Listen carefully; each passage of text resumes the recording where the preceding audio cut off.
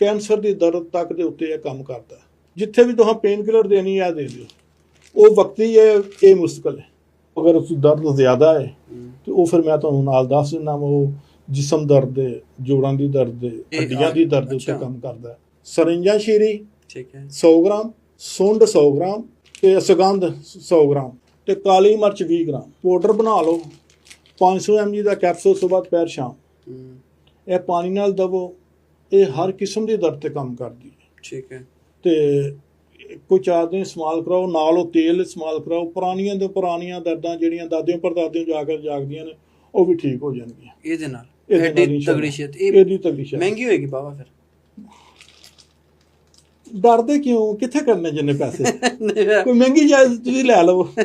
ਪਤਾ ਤਾਂ ਲੱਗੇ ਨਾ ਮੈਂ ਕਿਹਾ ਵੀ ਐਡੇ ਕੰਮ ਦੀ ਸ਼ੈ ਹੈ। ਅਸੀਂ ਇੱਕ ਨੀਅਤ ਕੀਤੀ ਹੈ ਕਿ ਆਵਾਮ ਨੂੰ ਸਸਤਾ ਸਰ ਬਿਲਕੁਲ ਬੇਜ਼ਰ ਸਾਈਡ ਇਫੈਕਟ ਤੋਂ ਪਾਕ ਇਲਾਜ ਦੇਣਾ ਹੈ, ਉਹ ਦੇਣਾ ਤੇ ਆਸਾਨ ਇਲਾਜ ਦੇਣਾ ਜਿਹਦੇ 'ਚ ਤੁਹਾਡਾ ਵੀ ਹਿੱਸਾ ਹੈ। ਬਿਲਕੁਲ ਹਾਂ। ਤੇ ਇਹ 250 ਤੋਂ 300 ਦਾ ਨੁਸਖਾ। ਜ਼ਬਰਦਸਤ। ਪੁਰਾਣੇ ਬਜ਼ੁਰਗ ਇਸਤੇਮਾਲ ਕਰਨ, ਜਵਾਨ ਇਸਤੇਮਾਲ ਕਰਨ, ਬੀਬੀਆਂ ਇਸਤੇਮਾਲ ਕਰਨ। ਇਹ ਸਮਝੋ ਕਿ ਇਹ ਬੜਾ ਅੱਛਾ ਹਰਬਲ ਦਾ ਦੇਸੀ ਦਵਾ ਦਾ ਪੇਨ ਕਿਲਰ ਹੈ ਤੁਹਾਡਾ।